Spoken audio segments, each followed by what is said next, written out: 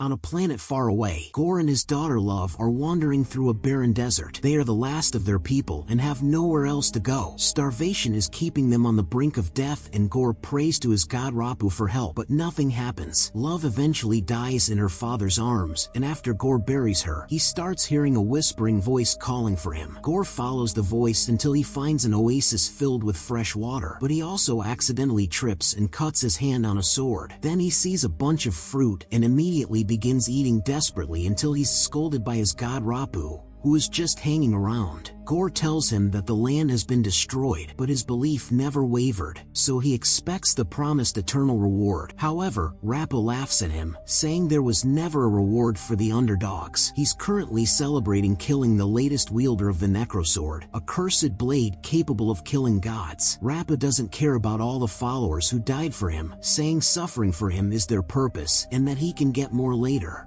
Furious, Gorr renounces his god, causing Rapu to begin strangling him. Suddenly the Necrosword rises into Gorr's hand and shows him the steps to acquire great power, insisting he must kill all the gods. Gorr lets the curse take over his body and kills Rapu, swearing he'll kill the rest of the gods too. On planet Indigar, Korg tells a group of aliens the story of Thor, the god of thunder. He was raised as a warrior since he was a baby and became a legendary hero, saving the world many times and having countless lovers through the years. His true love was a woman from Earth called Jane, who broke up with him years ago. Afterward, Thor lost his whole family, his mighty hammer Mjolnir, and even his homeland Asgard. Depression hit him hard and he lost his god physic. But after gaining a new weapon called Stormbreaker, he joined a group of heroes known as the Guardians of the Galaxy and started to travel with them around the universe to go on wacky adventures together. On Earth, Jane is at the hospital for treatment because she's been diagnosed with stage 4 cancer, something she's only shared with 2 close friends. Since she's a scientist, she's been doing some research of her own, and so has her professor friend, but they aren't able to find anything that could help her and her chances aren't good. Desperate for a solution, Jane decides to start looking into Asgardian magic and learns that Mjolnir might be of help. Meanwhile, the people of Asgard have started their new home on Earth with Valkyrie as their queen. She took over after Thor left, but she hates the job because it consists of lots of politics and boring meetings, and she's supposed to be a warrior. There are tours that allow foreigners to look around New Asgard, including a visit to the remaining pieces of Thor's hammer Mjolnir, which lies inside a special display.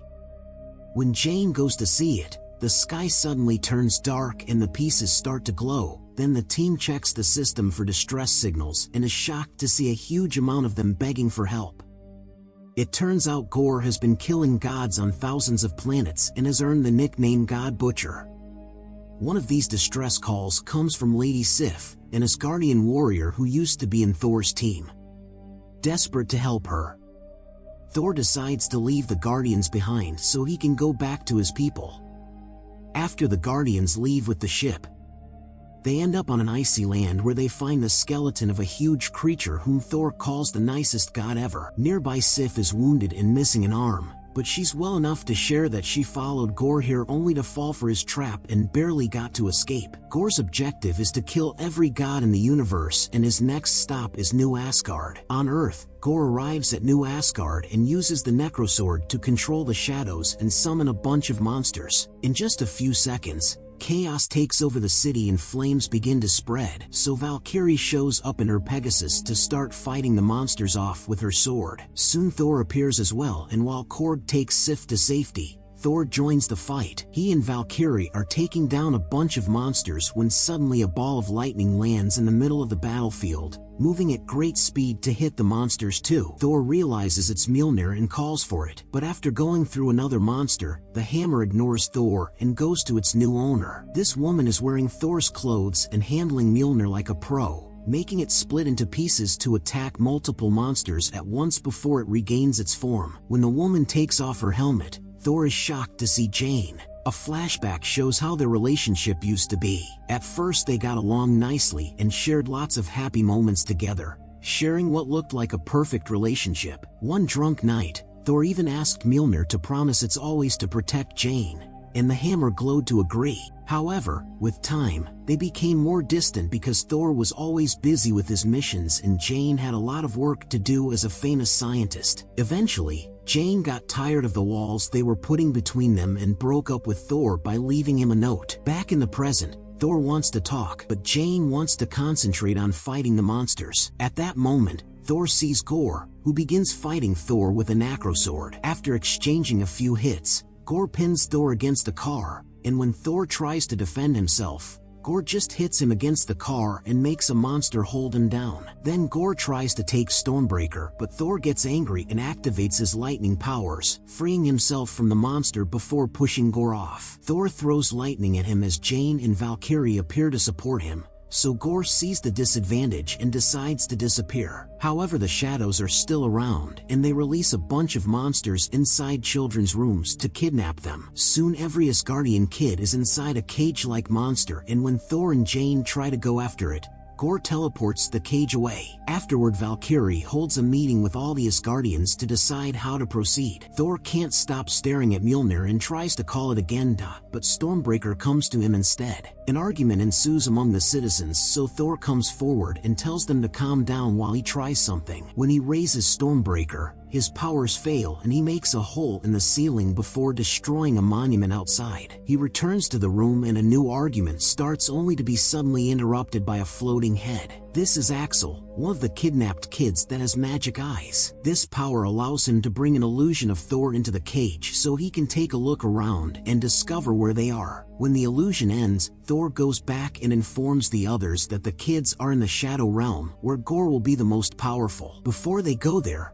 they need to get reinforcements. The group decides they need to travel to Omnipotent City, where all of Earth's gods gather. Since Stormbreaker isn't working well, they'll use a ship pulled by the goats to sail through the Axis power. While Valkyrie gets a ship from an exhibition, Jane goes to the bathroom and reveals that when she lets go of the transformation, her body shows how sick she is. Her reflection makes her remember how her own mother died in the hospital too, and it makes her so angry that she uses Mjolnir to destroy the sink. Meanwhile, Axel tries to tell the other kids stories of Thor so they won't be afraid. Gorr interrupts them to scare them by killing a small monster, and when Axel says Thor will save them, Gorr reveals that's exactly what he wants. Sometime later, the team makes it to Omnipotent City and puts on some disguises to blend in with the crowd. There are lots of amazing gods around, but the one making a grand entrance is Zeus, whom Thor calls his inspiration. After doing some fancy tricks with his thunderbolt, Zeus proves to be a jerk because instead of discussing important matters, he wants to plan naughty parties and see which god got the most sacrifices from their people. It doesn't seem like they can trust him, so the team begins arguing over how to proceed, but Zeus hears them and calls Thor to the central stage. Thor informs everyone about Gorr and asks for help, but Zeus doesn't care about the death of some minor gods and chains Thor down before disrobing him. Finally noticing who he is, Zeus reminds him that each god must watch over their own people, so he has no interest in helping Thor rescue a bunch of Asgardians or lending him his thunderbolt, which he uses to show off some tricks again. Then Zeus tells the crowd not to worry because Gorr will never be able to reach eternity, a very powerful being that lives in the center of the universe and can grant a wish to the person that summons it. This means Gorr may want to use his wish to get rid of all the gods at once. Omnipotent City is supposed to be a secret place, but now that Thor has come, Gorr may use him to reach them, so Zeus orders his guards to keep Thor here. The rest of the group jumps in to fight the guards and Thor breaks the chains to use them as weapons. They fight fantastically as a team by combining their different fighting styles,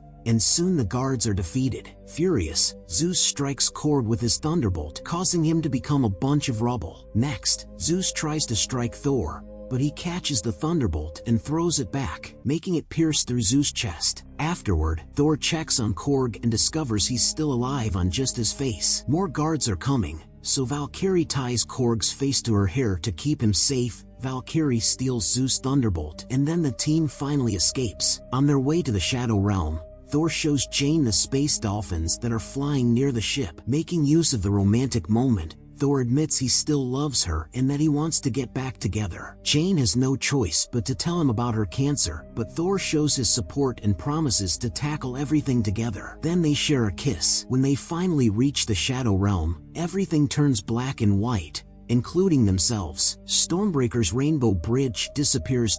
So the ship just landed on the desolated planet with a thump. The cage is nearby, but empty. So they enter a building and Jane finds some papers with Gorr's plans. It turns out he wanted to bring Thor here to steal Stormbreaker and use its power to open a bridge into eternity. Jane rushes to tell the others that it's a trap and throws Stormbreaker into space to keep it safe. At that moment, Gorr shows up and Jane throws Mjolnir at him, but Gorr dodges it and controls the shadows to capture the heroes. He asks Thor to call Stormbreaker, and when he refuses, he makes the shadows start hurting Jane and Valkyrie. Thor summons Stormbreaker, and all that sudden power shakes the entire planet and frees them from the shadows. Then Gorr uses the Necrosword to bring out a bunch of shadow monsters and another battle begins. While Jane and Valkyrie fight the beasts, Thor's Stormbreaker meets Gorr's Necrosword, and the goats have to take Korg's face away from the violence. After exchanging a few hits with Gorr, Thor is distracted by a beast, so Valkyrie fights him with the Thunderbolt. She manages to hit him a few times,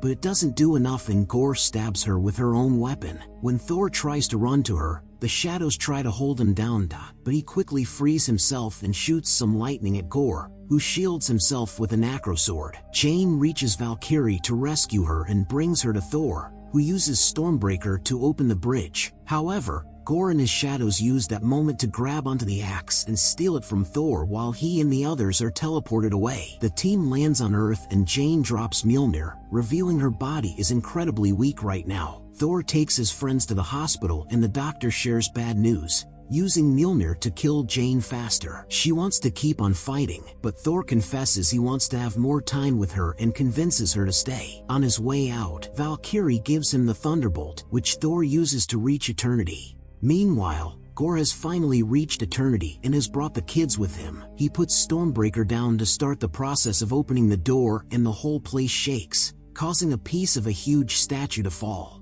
It almost crushes the children, but Thor arrives just in time to catch it and throw it away. As soon as Gorr sees him, he uses the Necrosword to start summoning monsters. So Thor gathers the children and tells them to grab any object they can find to use as a weapon. Then using the Thunderbolt, he shares his power with all the kids so they can help him fight. A fierce battle begins as the kids clash against the monsters, fighting with all their might to prove they are worthy as guardians. As monsters fall all over the place and the children keep them busy, Thor goes after Gorr, keeping up with him until Gorr takes the Thunderbolt to throw it away. Thor must continue fighting hand to hand and Mjolnir senses this on Earth, so it appears in front of Jane. Soon Gorr overpowers Thor and almost stabs him, so Thor has to stop Necrosword with his hands. At that moment, Jane arrives on Valkyrie's Pegasus and throws Mjolnir at Gorr to get him off her boyfriend. Thor uses the chance to retrieve the Thunderbolt, and now he and Jane can fight Gorr together. However, Jane notices that the door is about to open, so she sends Thor to retrieve Stormbreaker while she fights Gorr and the kids continue to destroy the monsters. The shadows are holding onto Stormbreaker pretty tightly, so Thor has to start hitting them with the Thunderbolt. At first Gorr seems to be overpowering Jane, but she makes a jump to attack with Mjolnir and creates some cracks in the Necrosword. At that moment, Thor finally frees Stormbreaker and throws it at Axel so that all the kids can return home. Afterward, Thor uses the Thunderbolt as two daggers, trapping the Necrosword between them so Jane can throw Mjolnir at it, finally breaking it. Gorr manages to catch the hilt and tries to rebuild it, but Jane catches the other pieces with Mjolnir and summons some lightning that turns every sword piece into ash. While Jane falls to her knees, Gorr sees that the gate to eternity has been opened and crosses it, teleporting all three of them. Before Gorr can make his wish, Thor looks at a dying Jane and tells Gorr he isn't looking for revenge or death, he's looking for love. Then Thor goes to Jane's side to spend her last moments together. Seeing this reminds Gorr of his own daughter, but he doesn't want to wish for her because he's dying from the corruption of the Necrosword. Thor and Jane promise love won't be alone, so Gorr makes his wish and love comes back, saying goodbye to his father before he dies. Jane also says goodbye and shares a kiss with Thor before her body disappears into glowing dust. Sometime later, Jane becomes a legend in New Asgard and they make a statue for her. Valkyrie goes back to being queen and Sif helps train the children in self-defense. Korg gets his body back and finds a boyfriend from his species. Thor is raising Gorr's daughter as his own, and they share simple family things like breakfast, but he also has to teach her how to control her eternity powers. They often go adventuring with Thor using Mjolnir and love using Stormbreaker so they can fight together and help people in need. As they travel the universe together, they become known as Love and Thunder. Meanwhile, Jane's spirit arrives at Valhalla, the Asgardian heaven, and she's invited to join the Hall of the Gods. Make sure to subscribe and turn on notifications so you can watch more videos like this.